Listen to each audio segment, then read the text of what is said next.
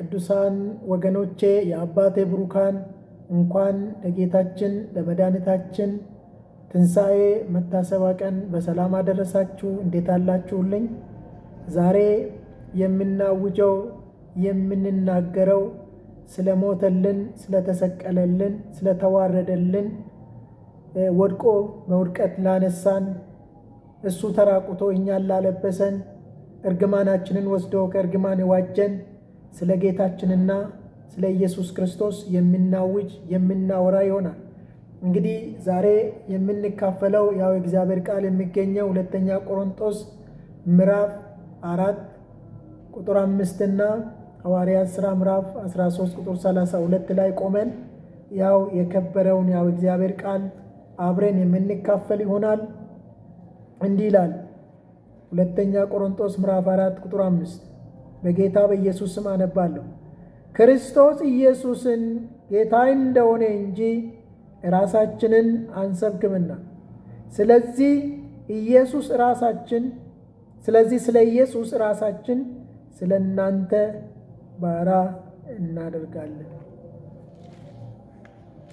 ሐዋርያት ሥራ ምዕራፍ 13 ቁጥር 32 እኛም ስለ አባቶች የተሰጠውን ተስፋ የምስራቹን ለእናንተ እንሰብካለን ይላል። ጌታ አባታችንና አምላካችን ሆይ እናመሰግናለን። ታላቁ ስምህ፣ የከበረ ስምህ፣ ከሞት የሚያድን ከጥፋት የሚጋርድ የዘላለም ሕይወት የያዘውን ስምህን ዛሬም እናወራለን፣ በአየሩ ላይ እናወራለን። እነሆ በዙሪያችን ላሉ እናወራለን።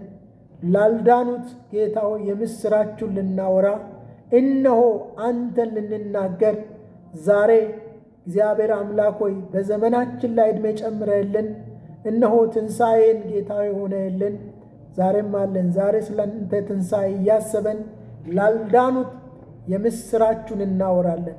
ይህን እውነት በኢየሱስ ስም በልባችን እንድታበዛ እነሆ ጌታ ሆይ ለሚሰሙትም ደግሞ ለተናጋሪውም ጸጋን እንድትሰጥ የጸጋ ሁሉ አምላክ በመካከላችን እነሆ አንተ እግዚአብሔር እውነትን እያበራ እንድትገኝ እንጸልያለን በኢየሱስ ክርስቶስ ስም አሜን። እንግዲህ ዛሬ የምንካፈለው ያው እግዚአብሔር ቃል ክርስቶስ ኢየሱስን ስበክ በሚል ርዕስ አብረን የምንካፈል ይሆናል።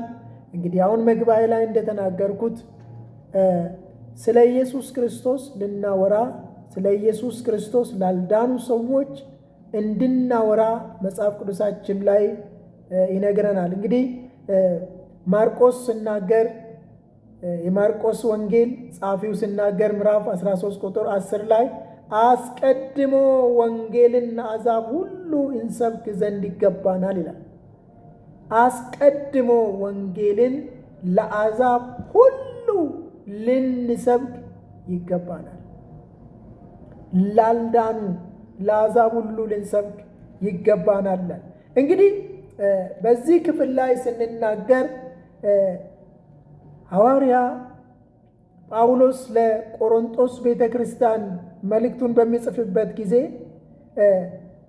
ኢየሱስ ክርስቶስን እንደሰበከላቸው፣ ኢየሱስ ክርስቶስን ወደ እነሱ እንዳደረሰ ከዳኑ በኋላ ላልዳኑ ሰዎች ደግሞ መጀመሪያ ወንጌልን ሊሰሙ ለተገባቸው ሰዎች ሲናገር ክርስቶስ ኢየሱስ ጌታ እንደሆነ እንጂ ራሳችንን አንሰብክም ስል እናገኛለን።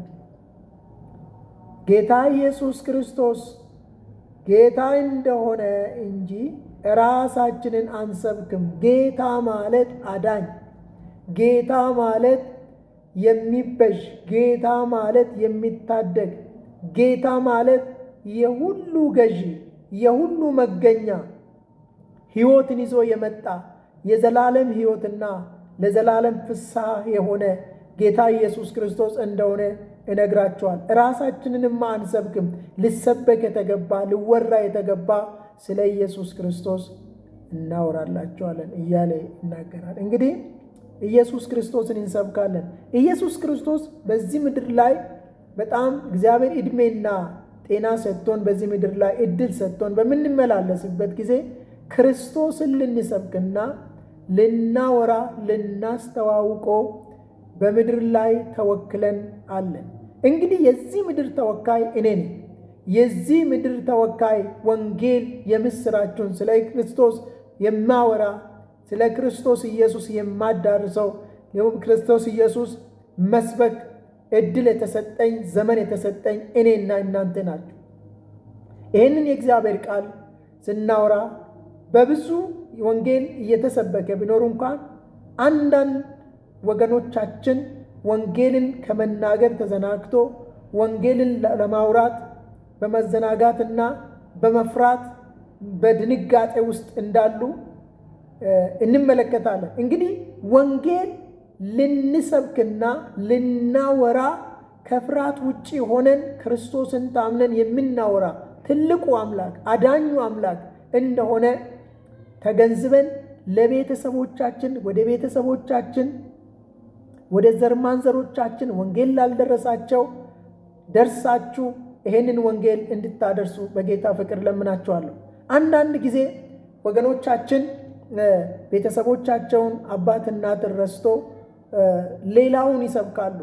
ከቤት ቢጀመር፣ ከኢየሩሳሌም ቢጀመር፣ ከይሁዳ ቢጀመር፣ ከሰማርያ እስከ ምድር ዳርቻ ከሰፈራችን ብንጀምር ጉልበት እያገኘን መንገዱን እየከፈተን ከቅርብ ጀምረን ማዳረስ የምንችልበት መጽሐፍ ቅዱስ ውስጥ ወንጌላችን ከኢየሩሳሌም እንደጀመረ ይሁዳ፣ ሰማርያ እስከ ምድር ዳር ድረስ እንደሆነ ስለምነግር ወደ አባቶቻችን ወደ እናቶቻችን እንድንመለከት በጌታ ፍቅር እለምናቸዋለሁ።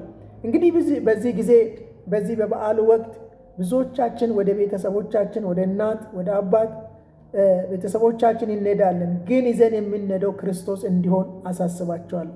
የማዳን መንገዱን እንድታወራላችሁ እንድታወሩ እንድታደርሷቸው ይሄንን አሳስባቸዋለሁ። እንግዲህ ራሳችንን አንሰብክም ካለ በኋላ አንሰብክምና ስለ ኢየሱስም ራሳችንን ባሪያ እናደርጋለን። ስለ እናንተ ስለ ክርስቶስ ለእናንተ ራሳችንን ባሪያ ተገዢ ዝቅ ብለን ይህን ወንጌል ወደ እናንተ እናደርሳለን እያለ ይናገራል። እንዲሁ ሐዋርያት ሥራ ምዕራፍ 13 ቁጥር 32 ላይ ይሄ ወንጌል ሲናገር እኛ ለአባቶች የተሰጠውን ተስፋ ቃል የምስራቹን ለእናንተ እንሰብካለን ይላል። ለእናንተ እንሰብካለን። ለአባቶች የተሰጠውን ተስፋ እኛ ደግሞ ይሄንን ወንጌል የምስራቹን እንሰብካቸዋለን፣ እናወራላቸዋለን፣ ወደ እናንተ እናደርሳለን እያለ ይናገራል። እንግዲህ ይህ ወንጌል እውነት ቆም ልንል የሚገባ ሳይሆን መሄድ የሚገባን ነው። አሁን መግቢያ ላይ እንደተናገርኩት ሉቃስ ጻፊው ምዕራፍ 13 ማርቆስ ወንጌል ምዕራፍ 13 ቁጥር 10 ላይ የሚናገረው አስቀድሞ ይላል። አስቀድሞ ወንጌል ለአሕዛብ ሁሉ ይሰበክ ዘንድ ይገባል። ላልዳኑ ሁሉ፣ ወደ እውነት ላልደረሱ ሁሉ፣ ከጨለማ ወጥቶ ወደ ብርሃን ላልደረሱ ሁሉ ወንጌልን ልናወራላቸው ልናደርስላቸው ይገባል የሚል ቃል ይመክረናል። ማርቆስ ወንጌል ምዕራፍ 13 ቁጥር 10 ላይ እንግዲህ እንዲሁ መጽሐፍ ቅዱሳችን ላይ እንደምንመለከተው ሐዋርያ ጳውሎስ አንደኛ ቆሮንቶስ ምዕራፍ 9 ቁጥር 16 ላይ ወንጌልን ባልሰብክ ወንጌልን ብሰብክ እንኳ የሚመካበት የለኝም ብሎ ይናገራል። አንዳንድ ሰዎች ደግሞ ወንጌልን በመናገራቸው ይመካሉ። እኔ እያሉ የሚመኩበት በእግዚአብሔር ኃይል እግዚአብሔር ረድቷቸው እግዚአብሔር አግዟቸው የሰበኩ ሰዎች ደግሞ እንዲህ እንደሚመኩ መጽሐፍ ቅዱሳችን ነግረን። እንግዲህ ሐዋርያ ጳውሎስ በዚህ ምድር ላይ እንደምንመለከተው አንዳንድ ሰዎች እኔ እግዚአብሔር ባሪያ ነኝ፣ እኔ እንዲህ ነኝ እያሉ ራሳቸውን የሚሰብኩበት በምድራችን ላይ የሚስተዋል። ስለዚህ ወንጌል ሲሰበክ ክርስቶስ ብቻ እየታወቀ ክርስቶስ ሳይሸፈን ወንጌል መነገር አለበት።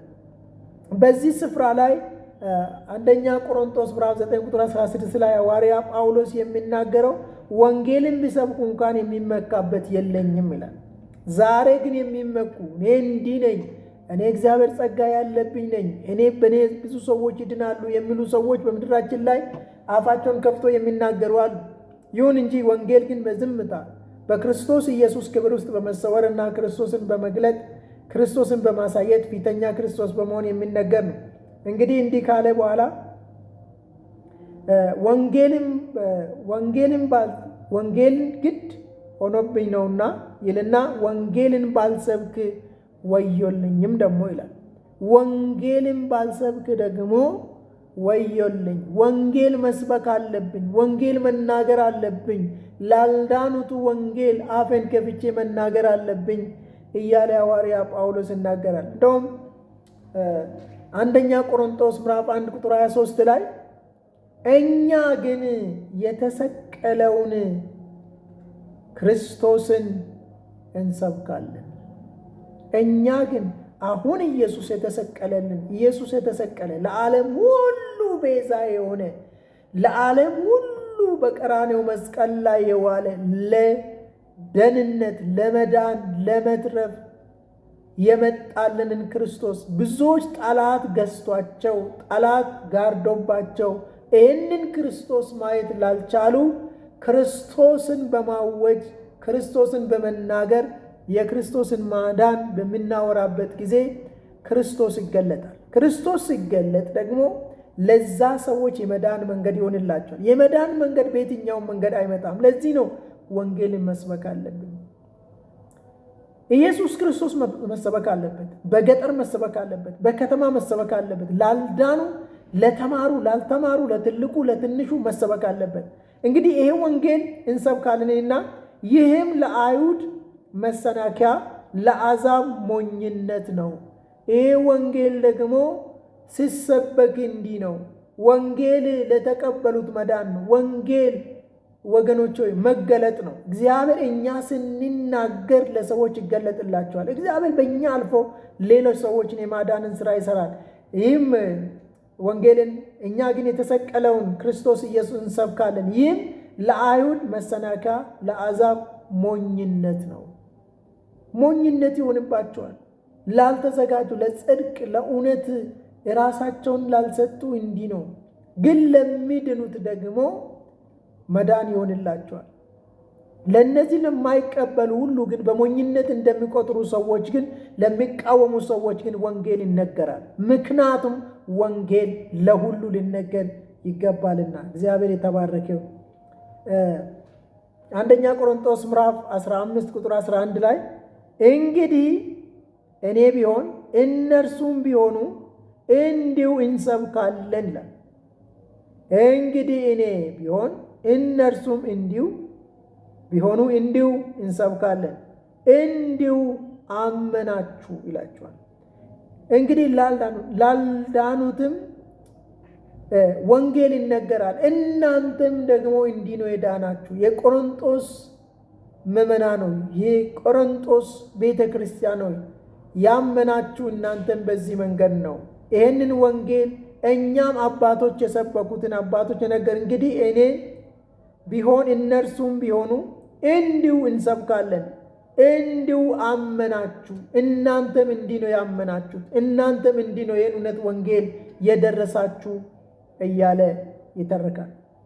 የተወደዳችሁ ወንጌልን እንድትናገሩ ወንጌልን እንድናወራ ላልዳኑ ሰዎች፣ በጨለማ ግዛት ላሉ፣ ታስሮ ላሉ፣ ተገዝቶ ላሉ፣ ተጨቁኖ ላሉ፣ በድቅድቅ ጨለማ ውስጥ ላሉ ወንጌል እናውራ። እኛ ሁል ጊዜ ትንሣኤን ስናስብ ወንጌል፣ የክርስቶስ ወንጌል፣ ኢየሱስ የሞተበት ወንጌል፣ ያ ወንጌል የሚታደግ ወንጌል፣ የሚያድን ወንጌል፣ ወንጌል ክርስቶስ ነው። የሞተልንን ክርስቶስን እናውጅ። ጌታ አምላካችን ሆይ እናመሰግናለን። ታላቁና የከበረ ስምህ ለዘላለም የተባረከና የተመሰገነ ይሁን። አባት ሆይ ቃልን እነሆ ሰምተናል። ይሄንን ለሚሰሙ ሁሉ እግዚአብሔር አምላክ ሆይ የወንጌል ዕዳ እንዳይሆንባቸው ለሚሰሙቱ ለሚናገሩቱ ሁሉ ጌታ ሆይ ጸጋ ክብር እንዲሰጥ የሚድኑበትን ለሚሰሙት ለሚድኑበትን መገለጥ ራስን እንድትገልጥላቸው ለሚናገሩ ደግሞ አቅም ጉልበት እንድትጨምር እነሆ መነሳሳት መንፈስ ክብር ውስጥ እነሆ መቆም እንዲሆንላቸው እኔ ጸልያለሁ። ስለነበረን ጊዜ ተመስገን።